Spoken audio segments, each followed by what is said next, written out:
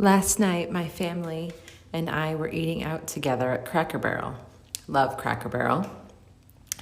And we were talking about some old memories. I believe old pictures had come up on my Facebook memories from when the kids were little. And we were talking about old times. And in the conversation,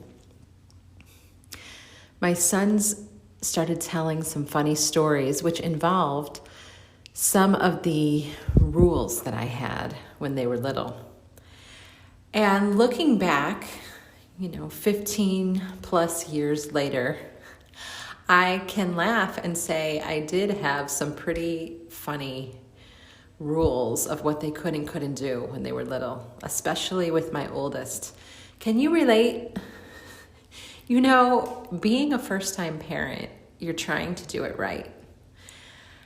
And you kind of practice on the first one. Very strict, lots of things you can't do, lots of fear.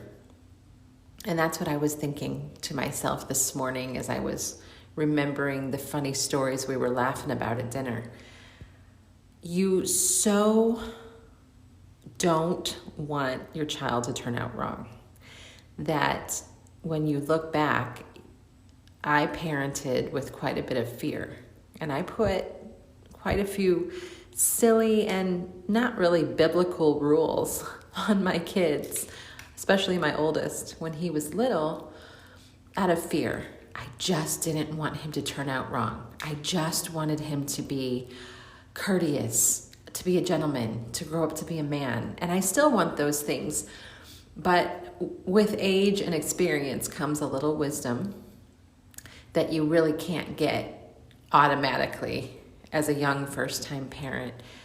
And I just want to say this to you ladies. We're not going to be perfect. We're not going to be perfect in anything.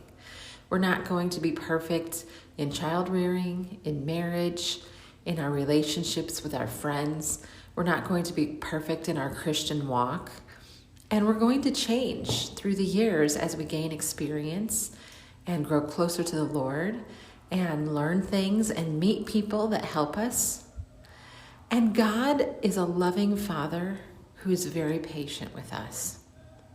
I think if we keep our relationships strong through love and prayer, that our kids and those that we accidentally hurt or, with good intentions, they're going to forgive us if we haven't burned our bridges.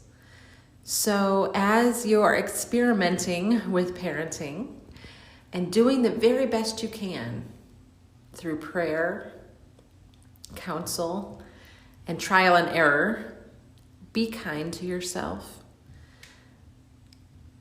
and keep loving.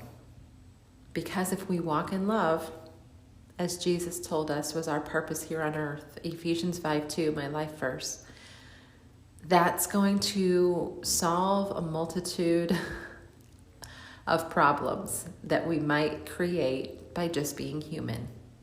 So let's keep walking in love, loving God through loving others. Have a great week, friends. Happy Thanksgiving.